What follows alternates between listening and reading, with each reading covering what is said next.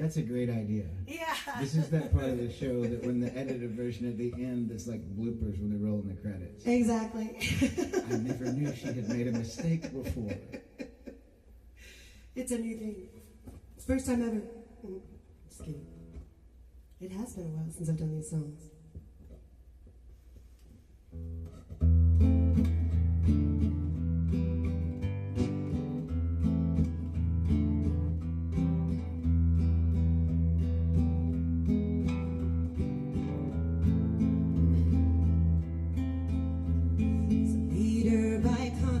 Won't aid you in a defense. For he's calm, he's cool, play you for a fool.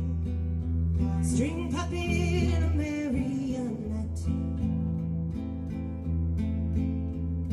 He's proper with a smile so coy, his mustache says, come little boy. A top hat Napoleon, promising so much fun. Taking places that you've never been.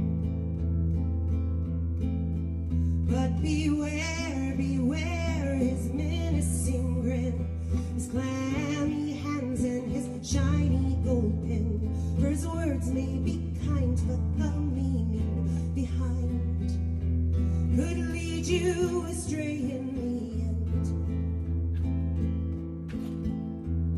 He's boastful in a material way, one where nothing makes his pay. But if you block his path, be wary at last. You may not see the end of the day. Just be afraid if he's mad, his beady eyes will turn red. You may not see the light of the way.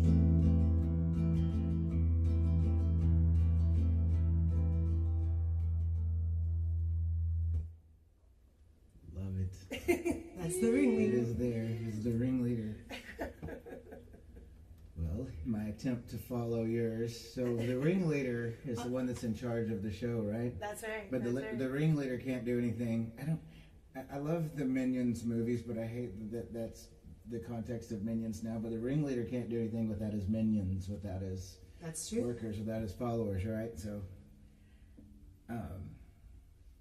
I've already made you sound good too, I have so. lots of. No, I have to go like 17 times tonight. I gotta go. I gotta follow that. I gotta follow that. I gotta follow that.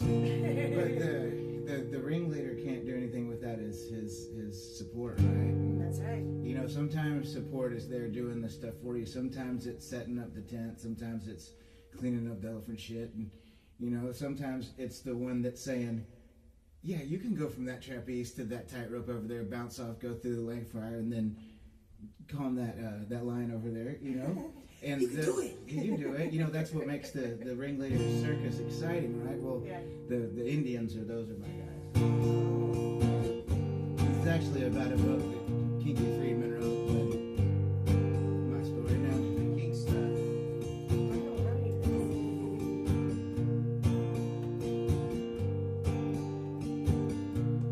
Sometimes the Indians wake me before I'm ready to get out of bed. Whooping and hollering, shooting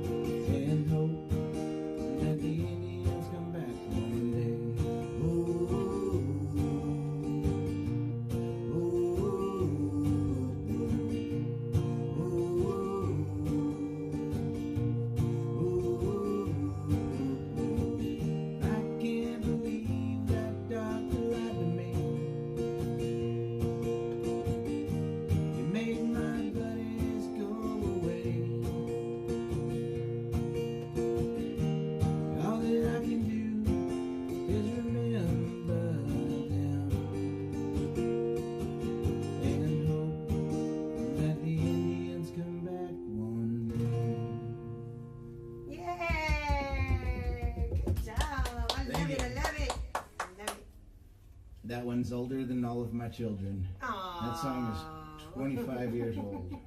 Oh, yeah? I wrote it, so Mandy was at work. She was still working at JPS nights when we were newlyweds.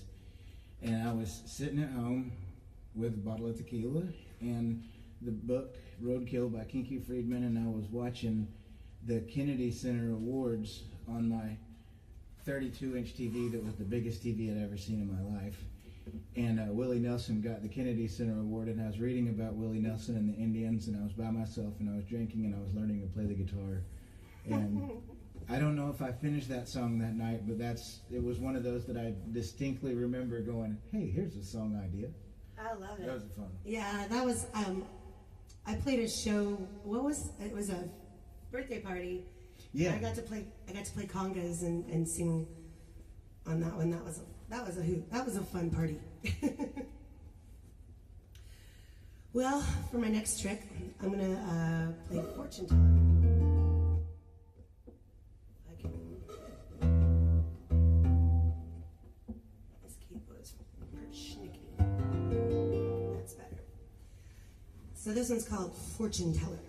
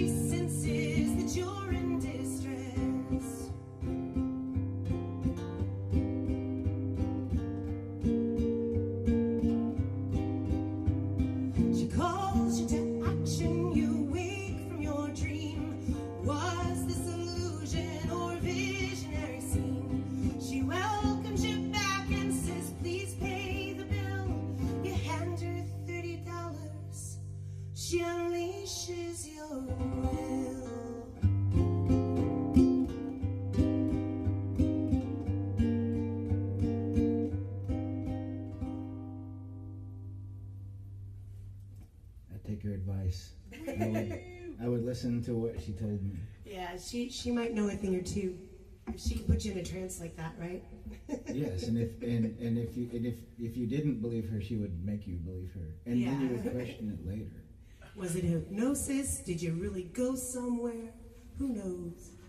So since we're going through the story of Carnival and the characters in there being in the early chapters, I guess that's why I'm going back to early songs. You know, it's funny, I do these things and I get really excited to play new stuff.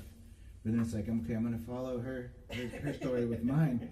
And it's like, well, okay, we got Indians that goes way back. But this is the early parts of the story, right? So 2004. I can't remember that 'cause I'm really good at numbers. I can remember that because I refer to my 2-year-old in this song, and I know when he was born. James Noyd and I just got back from Razzle and the Brass. It was the first time we had ever played a festival.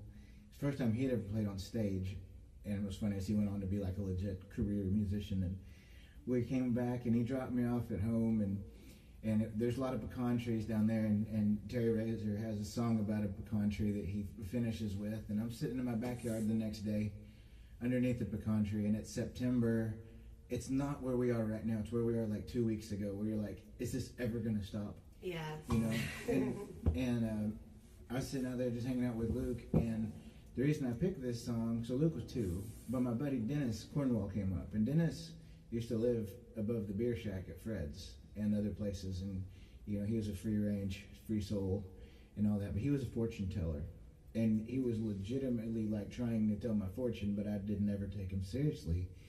And it always surrounded things about being reunited with friends, right? But wait, it gets even awesomer. That party we played the other night was my best friend from middle school's 50th birthday party. Yeah.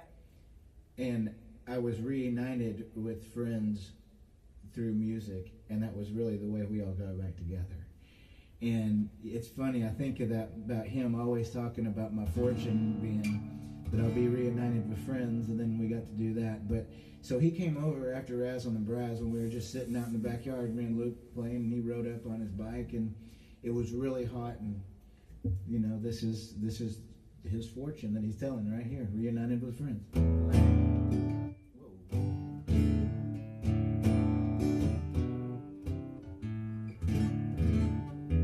You have something off there? No? Okay, sorry.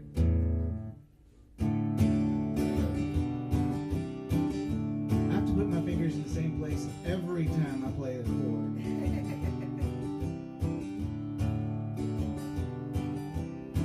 What's that? Well, I'm trying to remember what it was that I said. Describing September, it's supposed to be cool. It's still hot, dreaming for a pool, but all that you got is a green hose with an iron spout. Twist a rusted handle, let the water come out. Sprayed in the grass, sprayed in the air. It's a break from the heat, and you just don't care.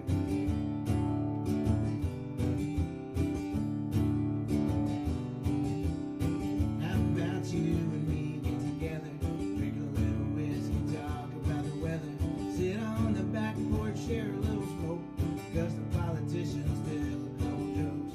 Watch the moon rise up over Fort Worth, see who sees the falling stars come first. Tell a few stories, have a little fun with the lowest outlaw, living on the run. Run away from me, pretty girl. Run away from me, pretty girl. You better run away. Better run away. Better run away. Better run away. To the point where I just hover between love and losers, losing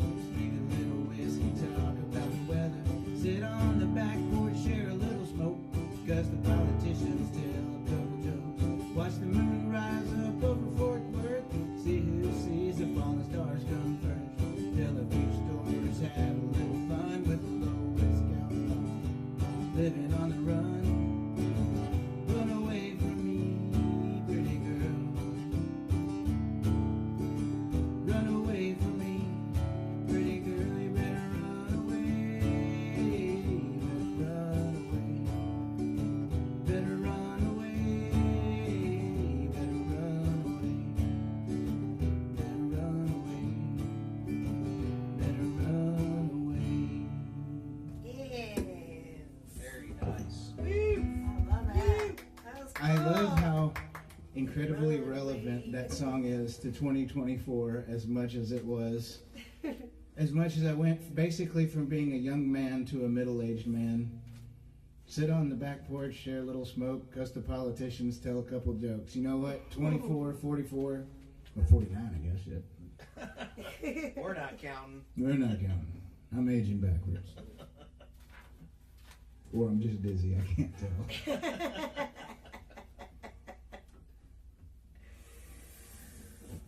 Well, now I have to follow that one. All right, so this one, I don't know if I told you about the carnival. Did I tell you what that was? I have no idea, no. Oh my gosh. Okay, so the carnival was an event. It was called the Carnival of Creatures. It was a Venetian steampunk masquerade variety show that we hosted.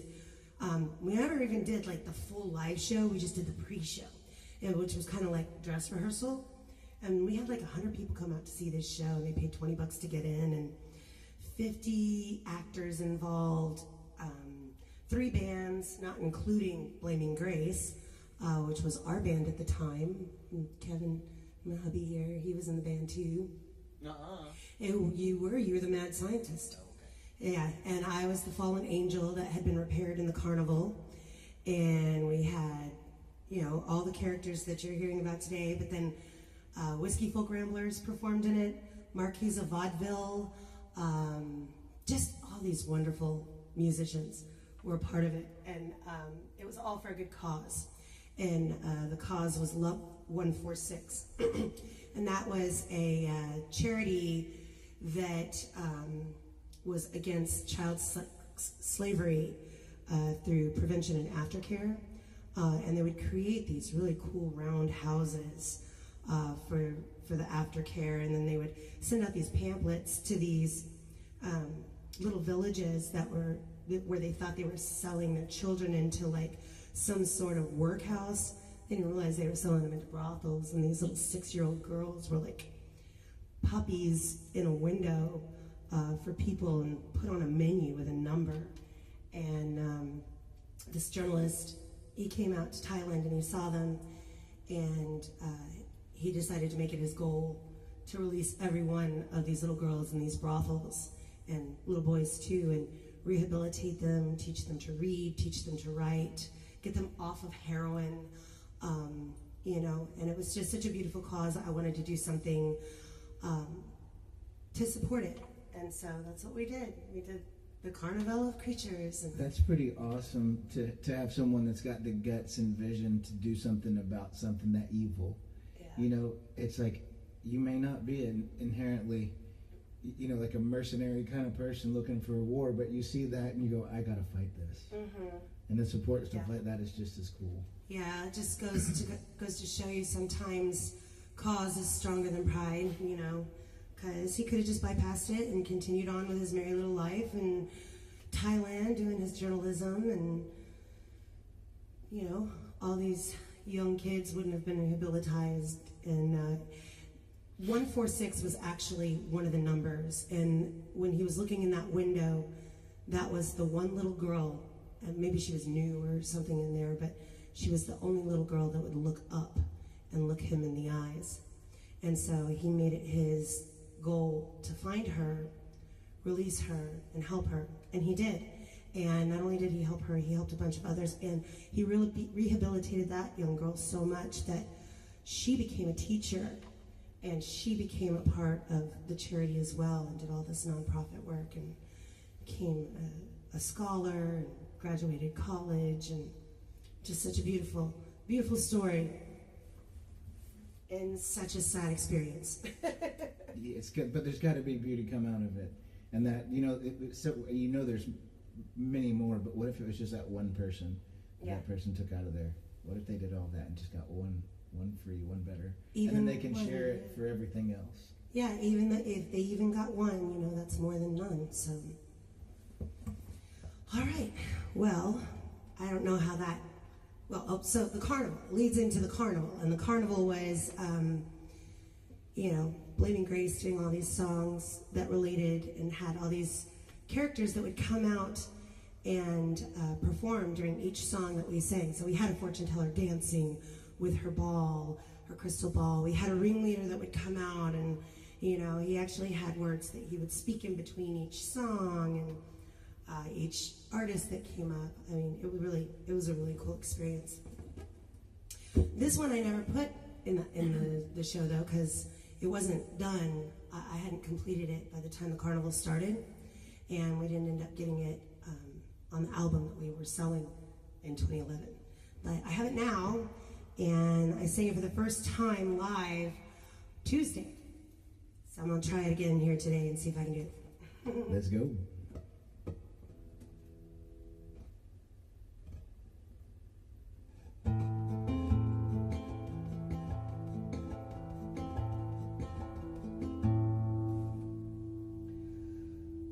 A swagger and a thumb, she sits there like a lump, protesting the fate which she lies.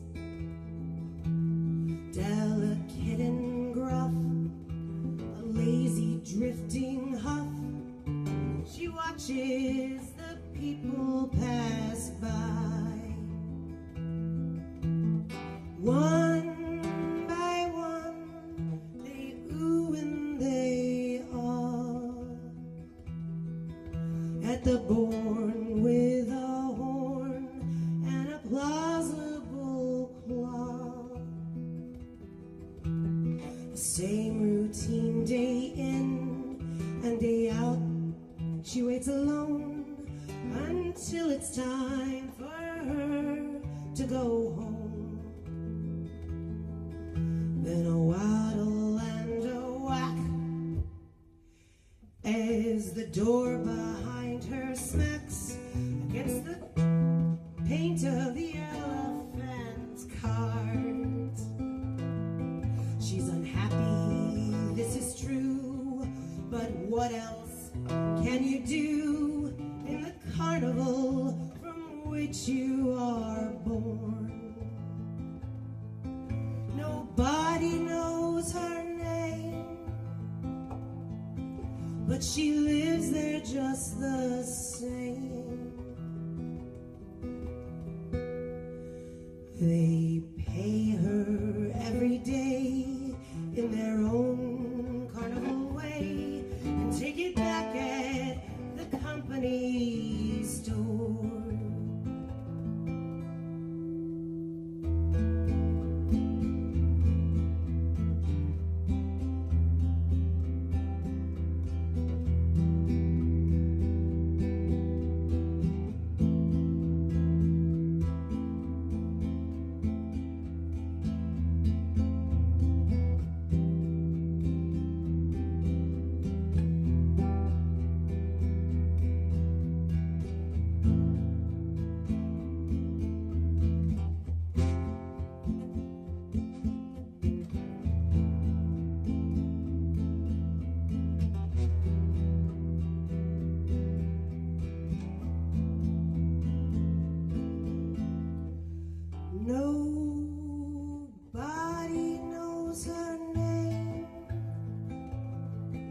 But she lives there just the same. They pay her every day in their own carnival way and take it back at the company store.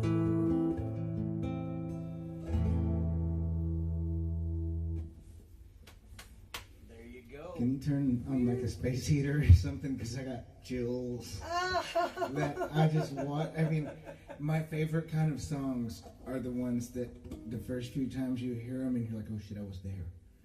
I mean, it's like that. I was watching that from afar. I don't know if it's probably the same story you wrote, but it's just wow. Thank you so much. Yeah, I always anticipated doing like this. For this one, like I always wanted to get it on stage and have like this woman be the beast woman and then just glorify her. Like in the middle of that instrumental, I shortened it. It should go on like 5 or 6 times and get faster and faster and faster. And I could see almost like this this beast woman coming in and like doing this dance, and then having like all these people around her doing the dance, and almost like you know, Marilyn Monroe, diamonds are a girl's best friend, but 1930s Depression era carnival style. Yeah. You know? So as you talked about that, and you know the whole concept behind it of someone else reaching out to offer someone a solution from a problem they didn't cause, it got me thinking about it.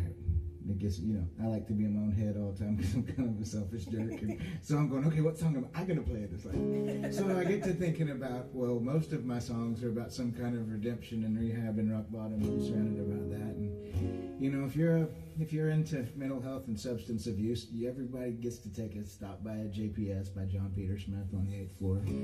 Somewhere along the way till you turn pro. And you get better, they keep you, you know.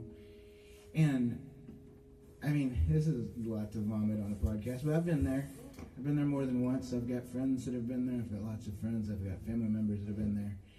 And I wrote this last year when somebody close to me was reliving what I lived in 2005, 2008-ish.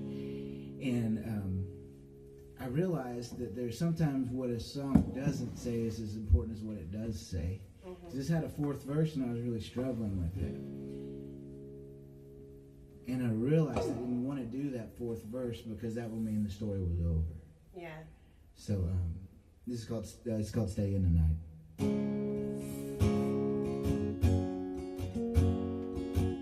This is the part of the show I cry tears of gratitude.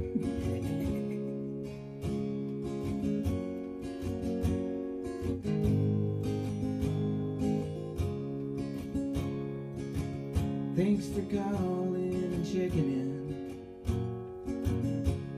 I'm doing alright.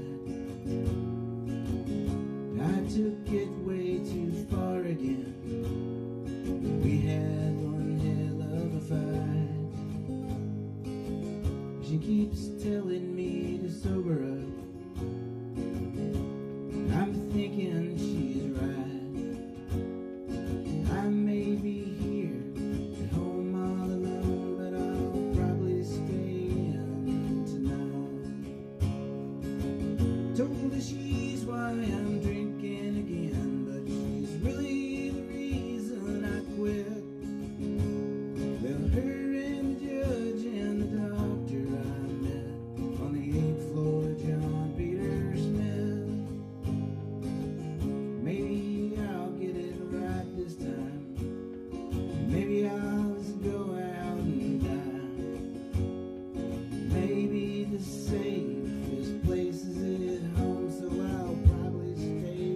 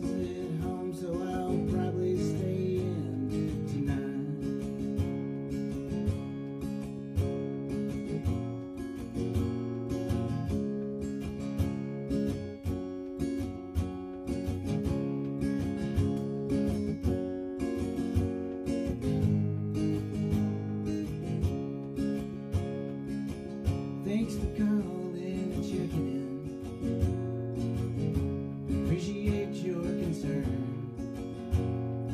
I've said my piece, I'm headed east, across all the bridges I've burned. There's a voice there inside of me, says drive on through the morning light. I don't know what I'm doing, I'm scared to stop moving, and I should probably stay in tonight. Told her she's why I'm drinking again, but she's really the reason I quit. Well, her and the judge and the doctor I met on the 8th floor, John Peter Smith. Maybe I'll get it right this time. Maybe I'll just go out and die. Maybe the safest place is at home, so I'll probably stay in tonight. I think I'll stay in tonight.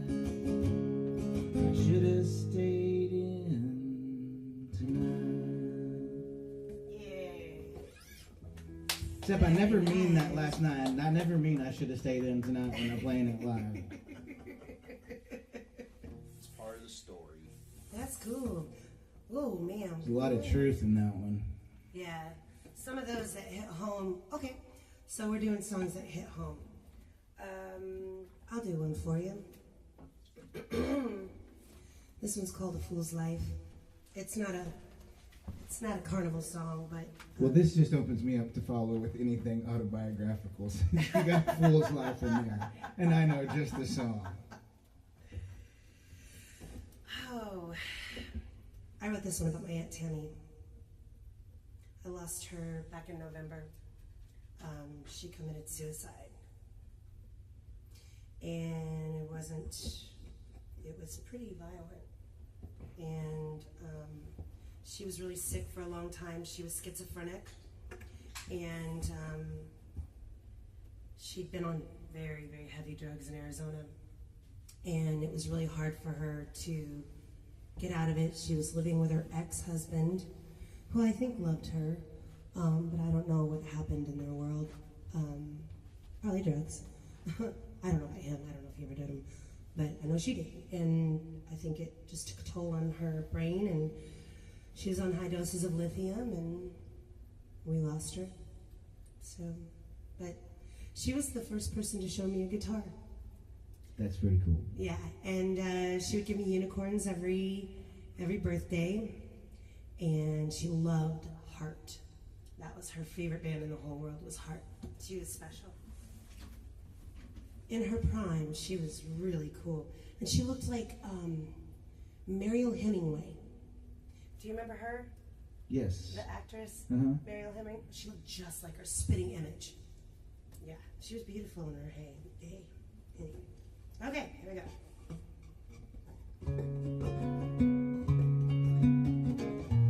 This is a weird, it's like, I feel like my hands are sticky. Like, I know I had honey earlier, but it's like I keep touching the strings and they're like... I swear I washed my hands after I tended the beehive today. My friends are cooler than yours. We've got beehive friends over here with honey on their hands playing podcasts.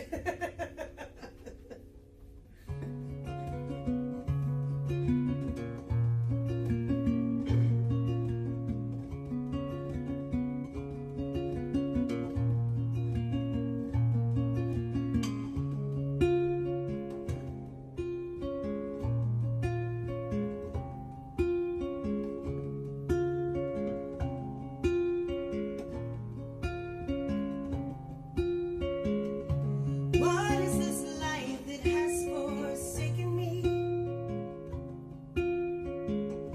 The tides have turned, and lonely I'll be, tossed like the waves of a crashing sea.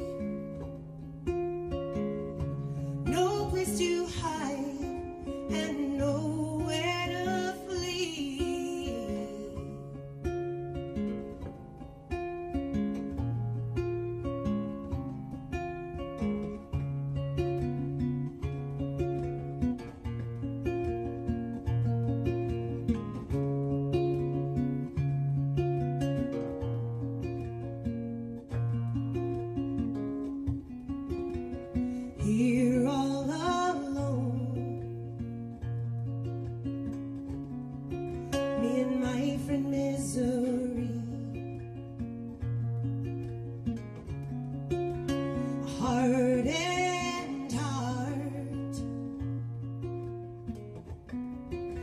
the shackles of history.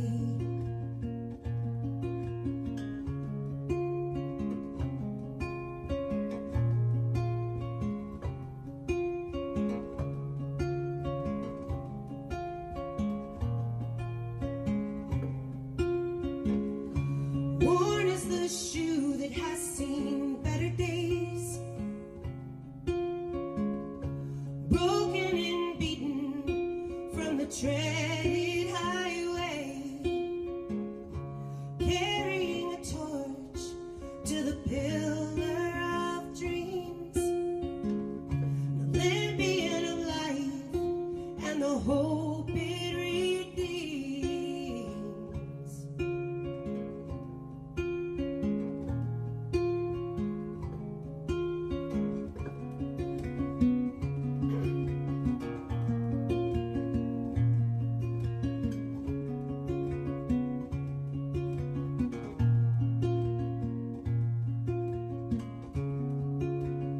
Who is the God that can cast us away, that rips through our lives only to make us pray?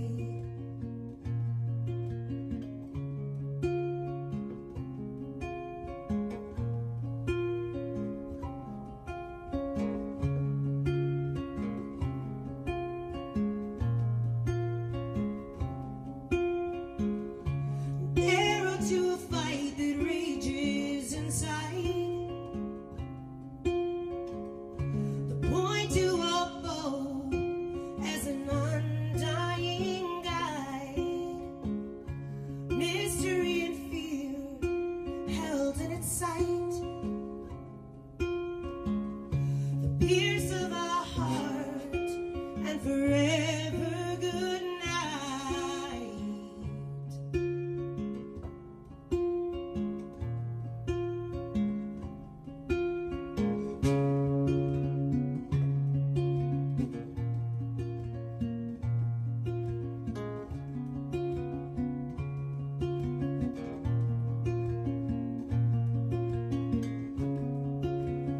Find me a man who has never felt pain, and I'll show you a fool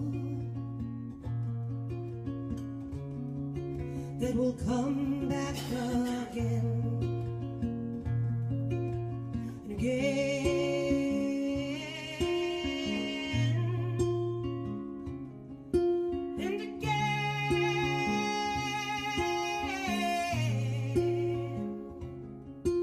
And again, and again, and again, and again, and again.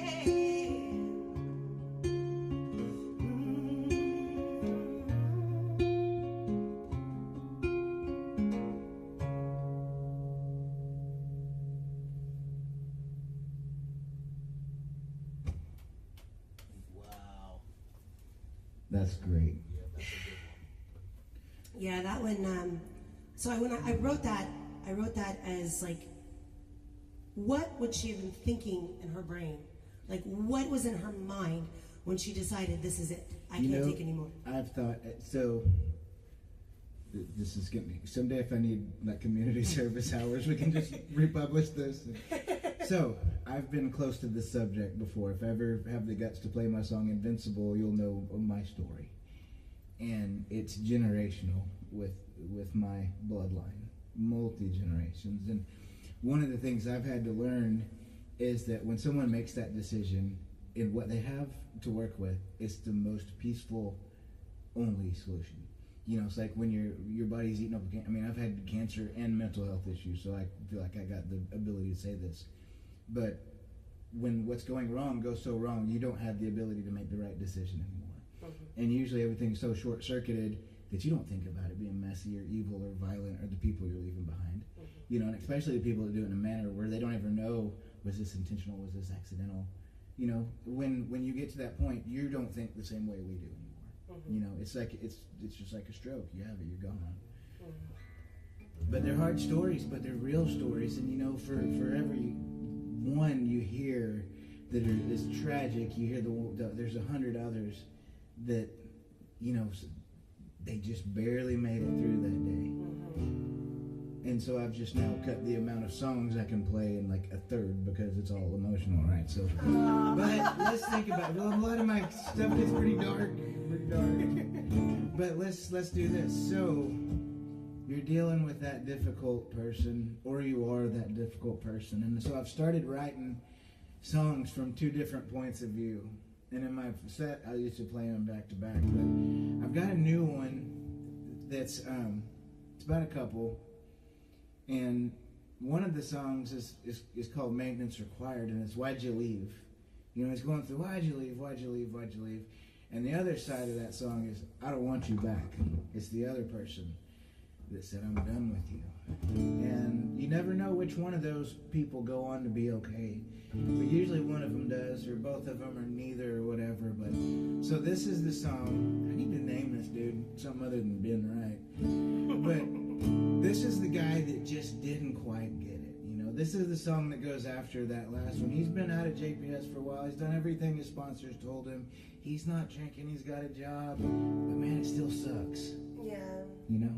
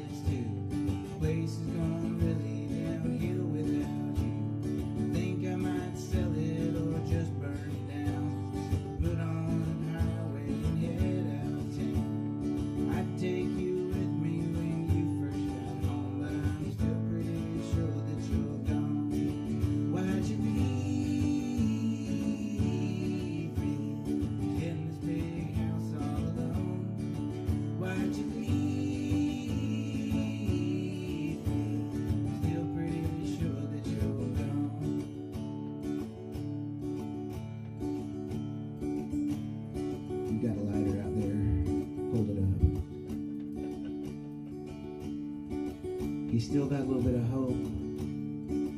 This could work, right?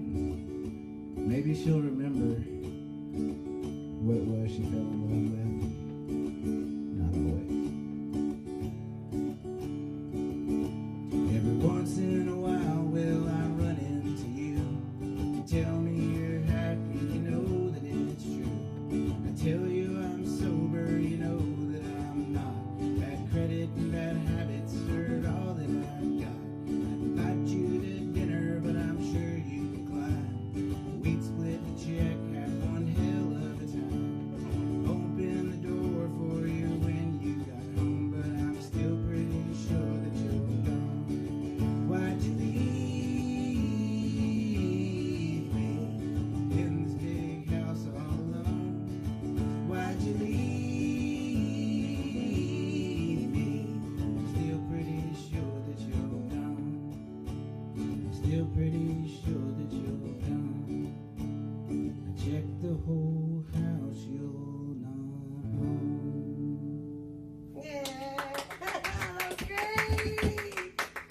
You know, everybody knows that guy, and you're just that close, but you just can't do it.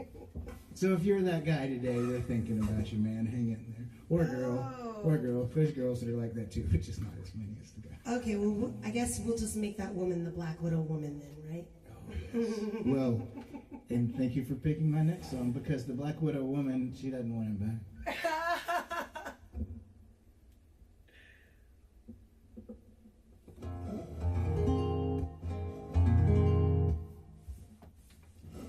Okay.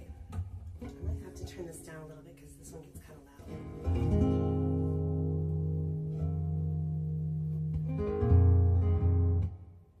Maybe it'll be all right.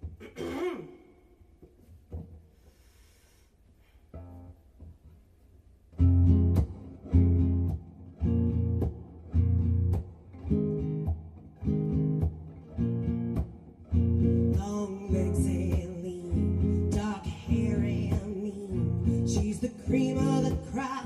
Yes, she's the one on top. She'll wrap you up and soon you're in a sweet cocoon. She will fill your heart till you fall apart. She's the Black Widow woman. I know her. She's the Black Widow woman.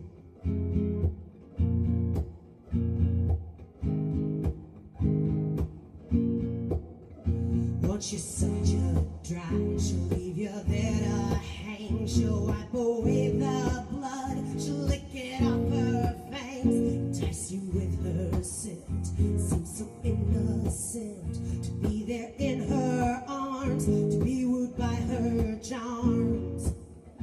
She's the Black Widow woman.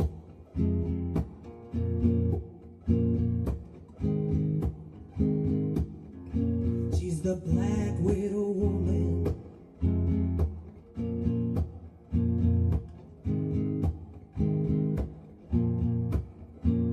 But she's just waiting for the time to come, the time for some.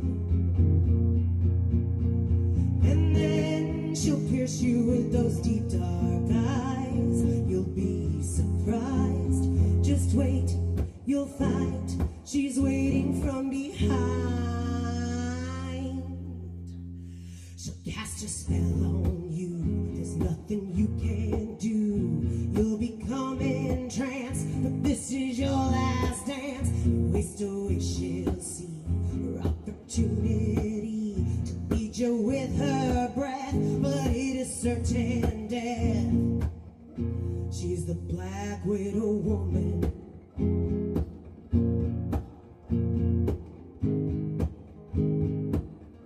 She's the Black Widow woman.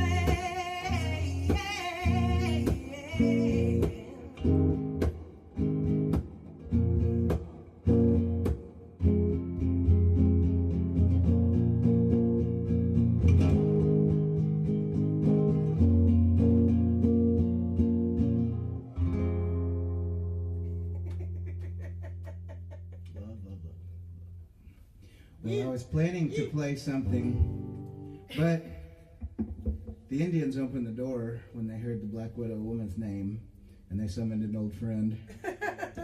How much time? Where are we on 7 time? minutes left. Oh, crap. Yeah, Oh, we're having fun.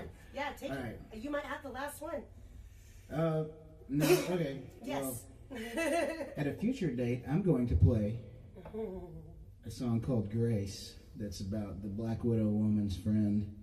But, so I don't take up too much time and there's time for you to play one after Oh, this. I'm going to end on a true story. That is such a tease, Ben. Well, I don't really know it that well, and I know this one really good too. But, That's you fair. know, That's fair.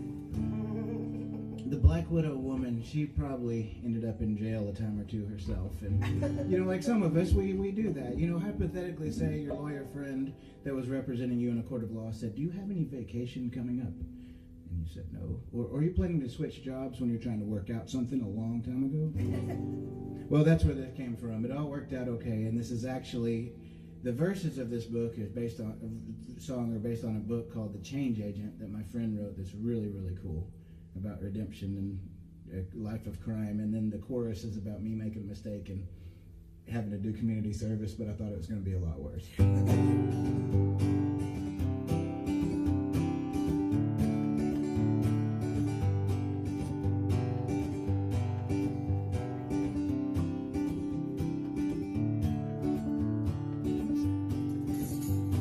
To me, it was nothing more than a bender, but the judge called me an habitual offender, said 45 days downtown if you ain't going to quit. I thought about the time that I almost died, and the trips to rehab, and the DWIs, and the wife at home that was getting pretty tired of my shit. I knew what to do because I've been here before. There's an AA meeting at the church next door. I'll just go over there and reestablish my sobriety date. I thought the judge, she would sing along, but it turns out I was completely wrong. She said, you're about a 6-pack too late. I need a break. I need a buzz. I need a couple $100 just because. I need my freedom back, 'cause I don't think I could last a month and a half in Cold Springs.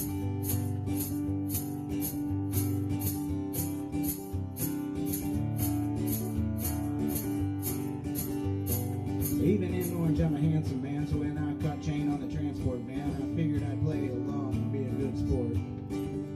In less than an hour, I'm at home in my cell on the bunk below Tiny. I thought, what the hell, I'm just gonna pretend I'm at some kind of resort.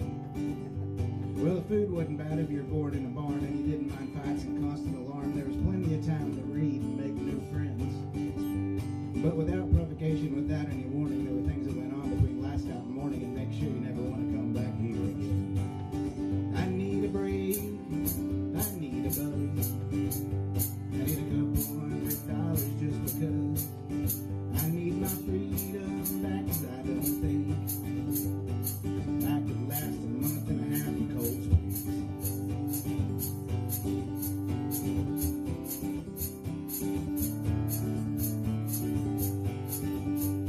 With good behavior, I got 2 for 1. They let me out early for some work that I'd done. I helped some guys inside get their GEDs. The library there had plenty of books, and most of the guys, they were just common crooks, but a whole lot of them were a whole lot smarter than me. By a whole lot smarter, I mean they were thinking that I'd realized it was time I quit drinking, and I reluctantly agreed, I guess. I could either come out all twisted and mean, or change the water like a coffee bean and do something good with a couple of years got left. I need a break. I need a buzz. I need a couple $100 just because. I need my freedom back, 'cause I don't think I could last a month and a half in Cold Springs. I knocked out a month and a half in Cold Springs. I'm never going back to Cold Springs. Yeah, that was excellent. I love that. That's a fun one. That's brand new. That song is like still in the neonatal ICU. It's not even out yet. It's only like a couple days old, and it's not fully grown yet. But Well, Ben, I gotta tell you, you are one of a kind, sir. I think that's a good thing. That is a very good as thing. you are as well. Well, thank you. Well, you know what? That's actually our time. Thank you That was for a lot of having me. fun. Yeah, thank you for being here. This was, and he just hopped in last minute. I called him, talked to him yesterday. I was like, hey, Ben, you want to come out tomorrow? And he's like, sure. And here we got this amazing show for you. Ben, thank you so much. Thank you for having me. And this all goes back to the very first time I played in 15 years. I met you and Daniel that night, and you said, come on. And I was like, man, this music community is a lot cooler than it used to be. And it's been fun. Thanks for having me to Arlington today. Thank you. Thank you if you're watching. If you're not watching, we love you anyway. Come back and watch it, and maybe you'll like what you hear. Thank you. Bye. Bye.